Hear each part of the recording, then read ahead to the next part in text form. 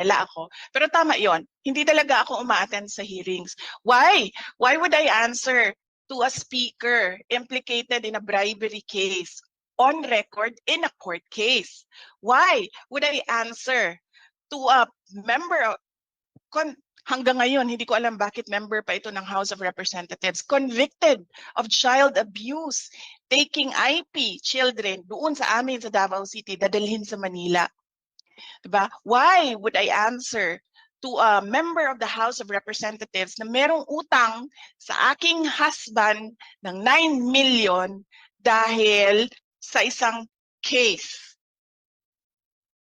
So why would I answer to them? Why would I answer to a member of the House of Representatives na ang tatay niya mismo, na may screen cap ako, nagsasorry sa ginagawa ng anak niya. Alam niyo, hindi pa umabot sa buhay ko na nagsorry ang tatay ko kanino man sa ginawa ko. Pero this member of the House of Representatives, tinetext ako ng tatay, I'm sorry, I'm sorry. So why would I answer to him? Nagsorry yung tatay. Ibig sabihin may ginagawang mali yung anak. Diba?